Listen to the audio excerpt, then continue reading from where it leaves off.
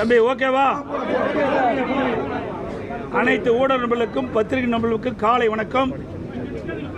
இன்றைய தினம் தமிழக சட்டப்பேரவை விதி 220 கீழ் தமிழக சட்டப்பேரவை விதி 220 கீழ் அனைத்து இந்திய அண்ணா திராவிட முன்னேற்ற கழகத்தின் சார்பாக ஒரு உரிமை பிரச்சனையை அவைக்கு கொண்டு வர நாங்கள் அனுமதி கேட்டோம். எங்களுடைய கொறடா திரு அக்ரி கிருஷ்ணமூர்த்தி அவர்கள் மாண்புமிகு சட்டப்பேரவை தலைவர் அறையிலே இது குறித்து கடிதம் கொடுத்திருந்தோம். அரசின் தனி தீர்மானத்தில் இடை சேர்த்தல் திருத்தத்தை செய்ததை அவையின் கவனத்திற்கு கொண்டு வருவது தொடர்பாக இந்த உரிமை பிரச்சனையை அவையிலே எழுப்ப வேண்டும் என்ற அடிப்படையிலே கடிதம் கொடுத்திருந்தோம். ஆனால் பேரவைத் தலைவர் அவர்கள் 0 அவரில் இதை எடுக்க மறுத்துவிட்டார். எங்களை பேச அனுமதிக்கப்படவில்லை. அதனால் அனைத்து இந்திய அண்ணா திராவிட முன்னேற்ற கழகம் இன்றைக்கு சட்டப்பேரவையில் இந்த உரிமை பிரச்சனையை தெரிவிக்க அல்லது பேசுவதற்கு அனுமதி அளிக்காத சட்டப்பேரவைத் தலைவரை அனுமதி அளிக்காத காரணத்தினாலே அவையிலிருந்து நாங்கள் வெளியிடப்பு செய்திருக்கிறோம். அதனுடைய விளக்கம் சட்டப்பேரவையில் தெரிவிக்க முடியாவிட்டாலும் இன்றைக்கு விவசாயிகளுடைய பிரச்சனை, ஒட்டுமொத்த தமிழ் மக்களுடைய பிரச்சனை, அது குறித்து பேசுவதற்கு தான் நாங்கள் அனுமதி கேட்டோம். அதை சட்டப்பேரவைத் தலைவர்கள் அனுமதி மறுத்துவிட்டார்கள். அதனுடைய விளக்கத்தை ஊடகத்தின் வாயிலாக மக்களுக்கு தெரிவிக்க விரும்புகின்றோம். 19/6/2026 நாளன்று மேகதாது அணை திட்டத்திற்கு எதிர்ப்பு தெரிவித்து ஒரு அரசின் தனி தீர்மானம் பேரவையில் மாண்புமிகு முதலமைச்சர் அவர்களால் முன்மொழியப்பட்டு தீர்மானம் ஒருமனதாக நிறைவேற்றப்பட்டதாக செய்தி மக்கள் தொடர்புத்துறை இயக்குனர் அவர்கள் வெளியிட்ட அறிக்கை பத்திரிகை குறிப்பில் தமிழ்நாடு சட்டப்பேரவை எண் 5 நாள் 19/5/2026 தெரிவிக்கப்பட்டுள்ளது. மாண்புமிகு முதலமைச்சர் அவர்களால் கொண்டு வரப்படும் அரசினர் தனி தீர்மானத்திற்கு நாங்கள் அனுமதி அளித்து சட்டப்பேரவைத் தலைவர் அதன் வரைவு நிகழ்ச்சி நிரலில் சேர்க்கப்பட்டு மாண்பு உறுப்பினர்களுக்கு 18/6/2026 அன்று அனுப்பப்பட்டது. பேரவை விதி 104 கீழ் பேரவை விதிகளின்படி மரபுகளின்படி உறுப்பினர்களுக்கு அனுப்பிய வரவில் கண்டுள்ள வாசகங்களில் திருத்தம் செய்யப்பட வேண்டுமானால் அரசின் சார்பான திருத்தங்கள் முறையாக அவைக்கு தெரிவிக்கப்பட்டு வரவில் உள்ள தீர்மானத்திற்கு பதிலாக திருத்தப்பட்ட அரசினர் தனி தீர்மானத்தை மொழிவதற்கு தங்கள் அனுமதியை பெற்று மாண்பு முதலமைச்சர் அவர்கள் பேரவையில் திரும்ப பெற்ற தீர்மானத்தை பேரவை விதியின் கீழ் அவையில் முன்மொழிய வேண்டும்.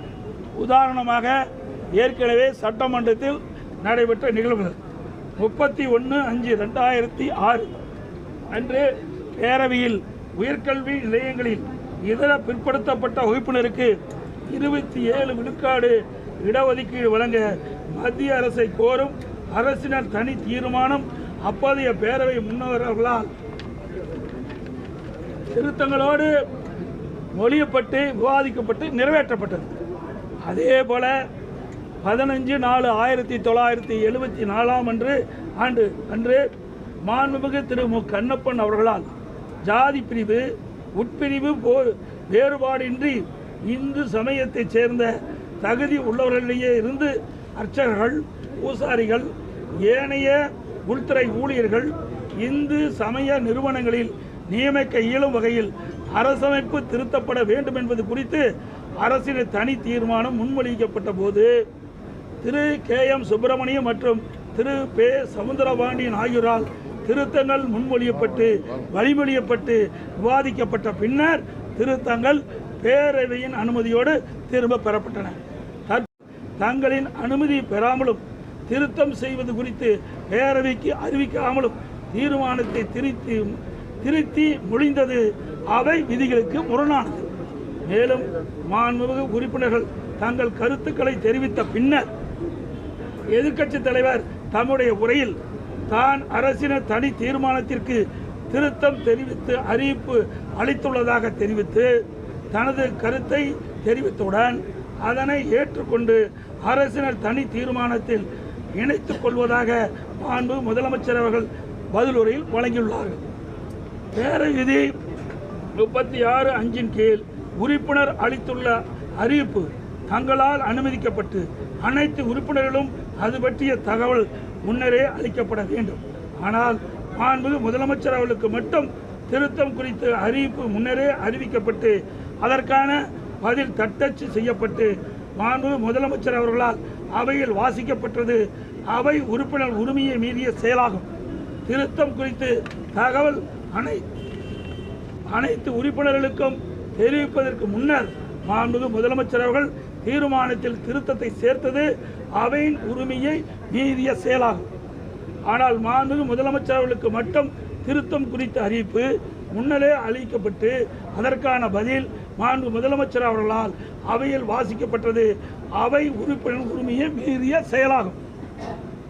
19/6/2026 அன்று எதிர்க்கட்சி தலைவர் அவர்களின் திருத்தம் பேரவையில் முன்மொழியப்படாமல் மற்றொரு உறுப்பினரால் வழிமொழியப்படாமல் பாதிக்கப்படாமல் திருத்தம் வாக்கெடுப்பிற்கு விடாமல் திருத்தம் பேரவையால் ஏற்கப்படாத நிலையில் மாண்புமிகு பேரவைத் தலைவர்கள் திருத்தப்பட்டதற்கான தீர்மானத்தை வாக்கெடுப்புக்கு விட்டது பேரவை விதிகளுக்கு மாறானது. மேலும் மாண்புமிகு முதலமைச்சர் அவர்கள் அடிக்கப்பட்ட திருத்தப்பட்ட தீர்மானத்தையும் அவைக்கு படிக்காமல் வாக்கெடுப்புக்கு விட்டது மரபுக்கு மாறானது. மாண்புமிகு எதிர்க்கட்சி தலைவர் குறிப்பிட்டவாறு திருத்தம் குறித்து அறிவிப்பு அளிக்கப்பட்டிருக்கையில் பேரவை விதி 104 படி அந்த திருத்தம் முறைப்படி அவையில் முன்மொழியப்பட்டு வழிமொழியப்பட்டு விவாதிக்கப்பட்டு திருத்தம் பேரவையினால் ஏற்கப்படும் நேர்வில் மட்டுமே அதனை வரைவு தீர்மானத்தில் சேர்க்க இயலும். 19/6/2026 அன்று பேரவையில் முற்றிலுமாக மீறப்பட்டுள்ளன. பேரவைக்கு அளிக்க வேண்டிய தகவல் அளிக்காமல் அரசிற்கு சார்பாக ஒருதலை பட்சமாக மாண்புமிகு பேரவைத் தலைவர் நடந்து கொண்டதாகவே கருத வேண்டியுள்ளது. நாம் இன்று விவாதித்துக் கொண்டிருக்கும் பிரச்சனை தமிழ் மக்களின் நலன் சம்பந்தப்பட்டது, உணர்வுபூர்வமானது. எனவே இனி வருங்காலத்தில் இது போன்ற விதி மீறல்கள் நடைபெறாமல் இருப்பதை மாண்புமிகு பேரவைத் தலைவர்கள் உறுதி செய்ய வலியுறுத்துகிறேன். 19/6/2022 கருணாநிதி அரசின் 19/2/2026 அன்று கருணாநிதி அரசின் மேகதாது திட்டத்திற்கு எவ்வித அனுமதி அளிக்கக்கூடாது என்று மத்திய அரசை வலியுறுத்தும் அரசின் தனி தீர்மானத்தை பொறுத்தவரை 18/6/2026 அன்று மாண்புமிகு சட்ட உறுப்பினர்களுக்கு வழங்கப்பட்ட 19/6/2026 நிகழ்ச்சி நிரல் வரிசை எண் 5 குறிப்பிட்ட வரைவு தீர்மானத்தை மட்டும் அனைத்து இந்திய அண்ணா திராவிட முன்னேற்ற கழகம் சார்பில் ஆதரித்ததும் என்பதை மீண்டும் வலியுறுத்துகிறேன். 19/6/2026 அன்று சட்டப்பேரவை விதி 104 படி முன்மொழியப்படாத இடைச்செருடன் சேர்க்கப்பட்ட திருத்திய தீர்மானத்தை நாங்கள் ஆதரிக்கவில்லை என்று கூறுகிறேன். இதைத்தான் சட்டப்பேரவையில் உரிமை மீறல் பிரச்சனை கொண்டு வந்தோம். ஏன்னா இவர்கள் விதிகளுக்கு புறம்பாக திருத்தத்தை அவருடைய முதலமைச்சருடைய பதிலுரைகளை வன்மையாக கண்டிக்கத்தக்கது. ஒரு திருத்தம் செய்யப்பட வேண்டும் என்றால் அந்த திருத்தத்தை அரசு தனி தீர்மானம் 18/6/2026 அன்றே அனைத்து உறுப்பினர்களுக்கும் வழங்கப்பட்டு விட்டது. அதன் அடிப்படையில் மாண்பு முதலமைச்சர்கள் சட்டப்பேரவைத் தலைவருடைய அனுமதியை பெற்று அவர் இந்த அரசுடைய தனி தீர்மானத்தை முன்மொழிந்தார். பிறகு விவாதம் நடைபெற்றது. பிறகு முதலமைச்சருடைய அந்த பதிலுரையில் தான் இதை இடைச்செருகல் திருத்தத்தை மேற்கொண்டிருக்கிறார்கள். இது விதிகளுக்கு புறமானது. விதிகளின்படி அவர்கள் சட்டமன்றத்திலே இந்த தீர்மானத்தை கொண்டு வரவில்லை என்பதை சுட்டிக்காட்டுவதற்கு தான் நாங்கள் இந்த உரிமை பிரச்சனை கொண்டாந்தோம். ஆனால் சட்டப்பேரவைத் தலைவர்கள் அனுமதிக்கவில்லை. அதனால் அனைத்து இந்திய அண்ணா திராவிட முன்னேற்ற கழகம் வெளியிடப்பு செஞ்சிருக்குது. இது ஒட்டுமொத்த தமிழ் மக்களுடைய உணர்வு. காவிரி நதிநீர் என்பது தமிழகத்தினுடைய ஜீவாதார நதி. காவிரி நதி தமிழகத்துடைய ஜீவ நதி. இதை நம்பித்தான் டெல்டா மாவட்ட விவசாயிகள் இருக்கிறாங்க, விவசாய தொழிலாளி இருக்கிறாங்க. காவிரி நதி நீரை நம்பித்தான் 20 மாவட்ட மக்கள் குடிநீர் ஆதாரம் பெறாங்க. ஏற்கனவே நடுவர் மன்றம், உச்ச நீதிமன்றம் ஒரு நிலையான தீர்ப்பு வழங்கப்பட்டு விட்டது. அப்படி வழங்கப்பட்டு இருக்கின்ற இந்த வேளையில் மீண்டும் ஒரு நடுவர் மன்றம் வேண்டும் என்று கேட்பது எந்த நோக்கத்துக்காக கேட்கிறாங்க? 15 ஆண்டுகள். அது மட்டும் இல்லை, உச்ச நீதிமன்றம் தெளிவான தீர்ப்பை கொடுத்துட்டது. அந்த தீர்ப்பில் 15 ஆண்டு காலம் உச்ச நீதிமன்றம் அளித்த தீர்ப்பை நடைமுறைப்படுத்த வேண்டும் என்று அந்த தீர்ப்பில் கூறப்பட்டது. கீழ்ப்படுகை மாநிலத்தினுடைய ஒப்புதல் இல்லாமல் மேல் படுகை மாநிலம் காவிரி நீரை தடுக்கவோ தேக்கவோ திருப்ப அனுப்பக்கூடாது என்று தெளிவாக சொல்லிவிட்டார். அப்படி இருக்கும்போது மீண்டும் இந்த இடைச்செருகல் திருத்த தீர்மானத்தை ஏன் இந்த அரசு கொண்டு வந்தது என்ற விளக்கத்தை பெறுவதற்கு தான் அந்த உரிமைகளை நாம் கொண்டு வந்தோம். உயிர் போற பிரச்சனை பேசிட்டு